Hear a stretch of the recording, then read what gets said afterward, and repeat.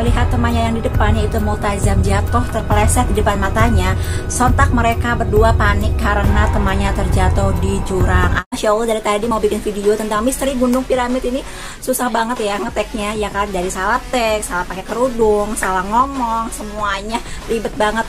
Oke lah, mengingat semuanya susah banget cara bikin video misteri ini, ya kan? Semoga kalian suka apa yang saya persembahkan, dan semoga kabar kalian semuanya baik, sehat semuanya deh. Nah, jadi kali ini aku tuh pengen banget bahas tentang misteri-misteri apa aja yang ada di dunia ini, termasuk misteri piramid. Gunung Piramid ini yang terletak di Bondowoso, Jawa Timur. Jadi kali ini aku bakalan kupas tuntas semuanya tentang Gunung Piramid, dari fakta-faktanya, mitos apa ajakah yang beredar di Gunung Piramid, siapa sajakah korban yang telah meninggal di Gunung Piramid, dan hal mistis apa saja yang dialami oleh warga setempat. Nah, nanti aku bakalan ceritain sama kalian kronologi atau kejadian yang menimpa korban yang meninggal di Gunung Piramid. Oke, langsung aja. Nah, kali ini aku mau bahas fakta-fakta dulu tentang Gunung Piramid. Fakta apa aja yang ada di Gunung Piramid, dari mulai ketinggiannya, kecuramannya, strukturnya, dan tingkat kemiringannya. Fakta yang pertama adalah, nah, meski Gunung Piramid ini tidak memiliki ketinggian yang sangat ekstrim gitu, tapi Gunung Piramid ini cukup memiliki tingkat kemiringan yang sangat ekstrim. Kalau dibilang ini gunungnya tinggi apa enggak ya, soalnya gunung ini memiliki ketinggian cuma 1520. Yang kedua, jalur pendakiannya tidak mudah lah, iyalah ya, tidak mudah.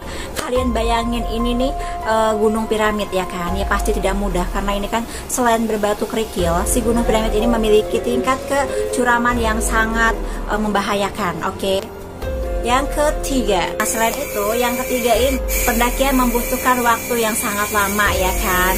Butuh waktu 3-5 jam untuk kita sampai ke camping ground gitu. Jadi buat yang amatir itu nyampe 5 jaman, tapi buat kalian yang profesional yang udah biasa banget mendaki gunung, pasti kalian membutuhkan waktu sekitar 3 jam. Nah, info terakhir yang akan aku kasih tahu sama kalian adalah hal mistis yang pernah dialami oleh orang-orang yang pernah berada di Gunung Piramid tersebut. Banyak banget yang mengalami hal mistis ini, ada dari warga sekitar, ada dari Basarnas, ada juga dari pihak kepolisian. Oke, langsung aja. Hal mistis yang pertama dialami oleh warga setempat yang bernama Astur. Si Astur ini sedang mencari kayu bakar di dalam hutan piramid. Saat dia mencari kayu bakar, pas perjalanan pulang nih, si Astur itu melihat ada jalan tol, ada bangunan bertingkat, bahkan ada landasan pesawat yang sangat lentang. Dan si Astur itu bilang kepada dirinya sendiri, nggak mungkin dong ya, di dalam hutan seperti ini ada landasan pesawat, ada bangunan bertingkat, dan ada jalan tol gitu kan, terbentang sangat luas dan panjang. Serentak dia langsung melepaskan kayu yang sedang dia gendong, langsung dia jatuhkan gitu kan. Terus tiba-tiba pemandangan yang baru aja dia lihat itu langsung hilang. Nah, lo gimana kalau kalian yang ngerasain? Gak mau lah ya. Nah, langsung aja kita ke cerita yang kedua. Cerita yang kedua ini dialami juga oleh warga setempat yang tinggal di area Gunung Piramid. Nah, cerita mistis ini dialami oleh Mbak Di. Mbak Dia ini mencari rumput di Gunung Piramid. Dia itu sehari-harinya memang mencari rumput di Gunung Piramid ini. Dia juga udah hafal gitu kan tentang seluk-beluk Gunung Piramid, karena memang dia itu warga asli dari Gunung Piramid. Tapi hal mistis kali ini dia mengalami kesasar. Nah kan loh, kenapa dia bisa kesasar padahal dia tuh udah hampir setiap hari cari rumput di Gunung Piramid ini. Dia itu kesasarnya bukan cuma di situ-situ aja, sampai ke seberang bukit. Dia tuh berpikir, kenapa aku bisa kesasar padahal dia itu sudah hafal banget seluk-beluk dan jalan arah pulang ke rumahnya. Itu kisah mistis yang kedua, dibikin kesasar. Nah, kisah mistis yang ketiga yaitu dialami oleh Basarnas. Basarnas ini dia mendapatkan kisah mistis di Gunung Piramid ini, yaitu suara minta tolong. Salah satu anggota Basarnas ini dari 11 orang, cuma 1 orang yang mendengar suara minta tolong saat mereka sedang mencari jenazah Thorik. Saat mereka sedang beristirahat di bawah pohon, salah satu dari tim Basarnas itu mendengar orang minta tolong, dan suaranya itu tidak sedikit guys, jadi suaranya kenceng banget. Otomatis menurut dia tuh kalau misalkan orang, bener-bener orang nih pasti kedengeran, karena suaranya tuh kenceng, saking kencengnya tuh dia tuh ngedenger gitu kan. Pas dia nanya sama semua teman-teman yang sedang istirahat nih, ya kan, 11 orang nih, nggak ada satupun yang ngedenger, cuma dia doang yang ngedenger suara minta tolong itu. Wow, gimana menurut kalian? Oke, next kita lanjut ke cerita keempat. Cerita keempat ini yang mengalami kisah mistis yaitu dari pihak kepolisian. Nah, kejadian ini dialami oleh salah satu polisi ini saat seorang polisi ini sedang mencari pendakian yang hilang. Saat itu waktunya malam hari. Si polisi ini dia melihat ada seseorang gitu kan, seorang pendaki sedang dipeluk oleh wanita cantik gitu kan. Tapi pendaki ini melambaikan tangan gitu kan, kayak seperti minta tolong untuk dilepaskan dari pelukan wanita cantik ini. Pada saat polisi itu menghendaki, ternyata tidak ada orang sama sekali. Nah, itu semua kisah-kisah mistis yang dialami oleh beberapa orang. Bahkan warga setempat pun, sumpah gue merinding, bahkan warga setempat pun sempat mengalami kisah mistis tersebut. Ya, kalian jangan ini ya, jangan fokus ke model kerudung aku. Tadi itu bener-bener gak nyaman banget dari tag pertama sampai ketiga, ya kan. Bentuk kerudungnya agak gimana ya. Ya begitulah ya, intinya ini yang paling nyaman gitu ya.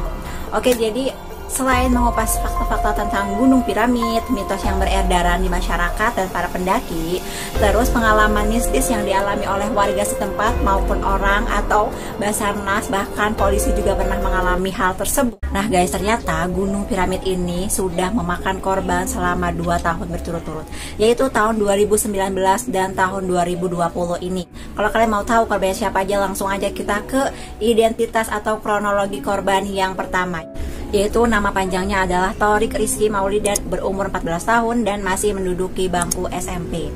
Thorik dinyatakan hilang pada tanggal 23 Juni 2019. Nah, kali ini aku bakal menceritakan kronologi sebelum jatuhnya Thorik guys. Jadi cerita ini tuh dipaparkan atau diceritakan oleh temannya Thorik sendiri, yaitu yang bernama Pungki. Kronologinya adalah Thorik bersama teman-temannya yaitu Pungki, Sahril, dan Rizky. Mereka berencana untuk menaiki gunung pada hari Jumat dan rencana mereka terrealisasi di hari Minggu tanggal 23 bulan 6 tahun 2019 itu. Mereka berangkat dari rumah itu sekitar jam 7 dan mereka nyampe di parkiran motor itu nyampe jam setengah 8 ya, nyampe Gunung Piramid itu. Jadi sekitar setengah jam ya mereka nyampenya. Jadi lumayan deket kan dari rumahnya. Menurut kesaksian Pungki, mereka berencana untuk menaiki Gunung Piramid yaitu pada hari Jumat dan rencana mereka terrealisasi ternyata hari Minggu tanggal 23 bulan 6 2019. Mereka berangkat dari mulai jam 7 pagi dan nyampe parkiran jam setengah 8 dan mereka akhirnya langsung melakukan pendakian ya kan. Dan singkat cerita mereka sampai pos 2 pada jam setengah 12 ya kan. Pada saat itu membutuhkan waktu 4 jam untuk mereka sampai pos 2. Itu pun mereka sambil istirahat, dan istirahat. Jadi perjalanannya santai banget. Lalu setelah mereka sampai di pos 2 pada jam setengah 12 siang, mereka pun melanjutkan untuk pendakian mereka pada jam 14 sore ya. Lalu mereka sampai ke Punggung Naga atau jalur pendakian pada jam 15.30. Dan ada salah satu teman mereka yang tidak ikut dan lantaran kecapean, yaitu si Safril. Jadi Safril itu tidak ikut muncak karena emang benar-benar capek. Jadi dia tidak ikut bersama 3 temannya untuk muncak. Dan akhirnya mereka bertiga sampai di puncak pukul 16.00. Kata si Pungki nih, mereka tuh niatnya mau melihat sunset dulu di atas, berhubung mereka sedang ada di atas puncaknya piramid nih kan. Tapi ternyata karena cuacanya tidak mendukung, angin kenceng, bahkan juga sudah sore, mereka bertiga memutuskan untuk turun sekarang itu juga. Jadi mereka tuh di puncak cuma 10 menit. Nah, pada saat si Pungki tidak melihat Thorik di depannya, mungkin si Pungki masih berpikiran positif, mungkin aja si Thorik udah nyampe di tendanya atau di peristirahatannya si Safril di punggung naga tersebut. Jadi dia berusaha buat ya udahlah ya, mungkin udah ada di bawah. Pas nyampe si Pungki ke bawah, Pungki ketemu sama si Safril. Dia nanya sama Safril, nanya gimana Thorik udah nyampe belum. Ternyata si Pungki itu ngomong Thorik belum nyampe. Dan si Pungki merasa sedih. Dia bisa menyimpulkan Thorik mungkin hilang. Tapi mereka bertiga memutuskan untuk mencari si Thorik selama 1 jam. Karena si Pungki tidak merasa ataupun tidak melihat ciri-ciri bahwa rekannya atau temannya Thorik ini jatuh. Jadi si Pungki ini memutuskan untuk mencari Thorik bersama 3 temannya. Sebelum dia melihat terakhir kali Thorik dinyatakan hilang itu, Thorik itu sempat berjalan ngesot, tahu nggak, berjalan ngesot. Dan si Pungki itu berjalannya merangkak seperti bayi karena emang bener-bener kondisi yang sangat curam.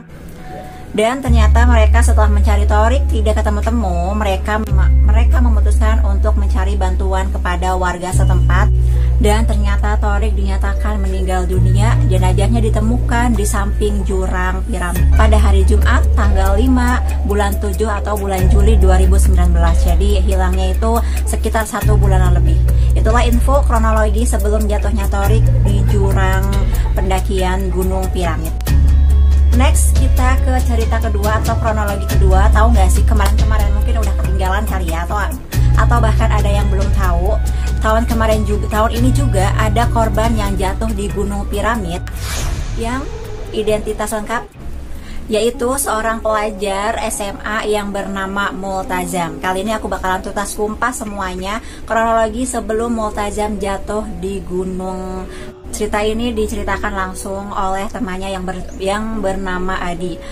Multazam bersama keempat orangnya berlima dengan dia niat untuk mengadakan reuni tahunan atau reuni sekolah lah ya, reuni ala-ala teman SMA, tapi cuma beberapa orang saja menurut keterangan Adi. Mumpung sekolahnya belum benar-benar aktif kan, jadi mereka memutuskan untuk mendaki Gunung Piramid. Menurut Adi, mereka berlima ini sebenarnya nggak terlalu akrab, cuma mereka berteman pada saat SMP. Jadi sekolah SMA-nya itu mereka semua itu tidak satu sekolah gitu lah. Mereka berlima ini yaitu Ade, Ari, Adi, Bayu, dan Multazam ini. Lalu mereka berlima ini memutuskan untuk mendaki di Gunung Piramid. Saat mereka nyampe di Gunung Piramid, waktunya udah mulai senja dan mereka langsung buru-buru untuk mendaki karena waktu sudah terlanjur malam ya kan, sudah sore. Mereka memutuskan untuk bermalam di Betoh Lengger karena emang waktunya sudah malam. Saat waktu menunjukkan jam 6 pagi, mereka bertiga yang tadinya berlima, yang bertiga ini memutuskan untuk muncak dan yang berdua tetap stay di bawah. Jadi mereka bertiga doang yang memutuskan untuk muncak ini. Mereka langsung berangkat pada jam 6 pagi. Lalu singkat cerita, saat mereka sudah nyampe puncak, mereka berfoto-foto, semuanya selfie segala macem, dan mereka semua memutuskan untuk turun. Lihat temannya yang di depan yaitu Multazam jatuh terpeleset di depan matanya. Sontak mereka berdua panik karena temannya terjatuh di jurang. Langsung mereka berdua turun dan meminta bantuan warga setempat. Multazam dinyatakan jatuh di jurang kedalaman 100 meter dan dinyatakan meninggal pada hari itu. Jadi selama aku menceritakan tentang si korban yang jatuh ini, mereka berdua memiliki kesamaan, yaitu kesamaannya mereka sama-sama berada di depan. Maksudnya pas pulangnya itu berada di garis paling depan. Dan kalau si Thorik itu kondisinya pas dia jatuh, teman-temannya tidak melihat. Dan kondisi si Multazam jatuh itu teman-temannya melihat gitu ya. Jadi ke teman-temannya itu bisa langsung memastikan kalau temannya itu jatuh gitu kan. Kalau si Thorik ini temannya bingung antara jatuh ataupun hilang karena teman-temannya tidak sama sekali melihat ataupun mendengar ciri-ciri jatuhnya si Thorik tersebut. Dan semuanya udah clear, korbannya sudah ditemukan, alhamdulillah ya kan. Semoga dikasih keikhlasan keluarganya, dikasih ketabahan ya kan. Dan buat kalian yang ingin menaiki Gunung Piramid, seharusnya tidak disarankan untuk pemula ya kan, karena di Gunung Piramid ini memang terbilang tidak cukup tinggi dibandingkan yang lain. Cuma Gunung Piramid ini memiliki trek ataupun jalur yang sangat susah, kerikil-kerikil. Bentuk gunungnya juga sangat ekstrim ya kan. Kalian jalan setapaknya sempit banget.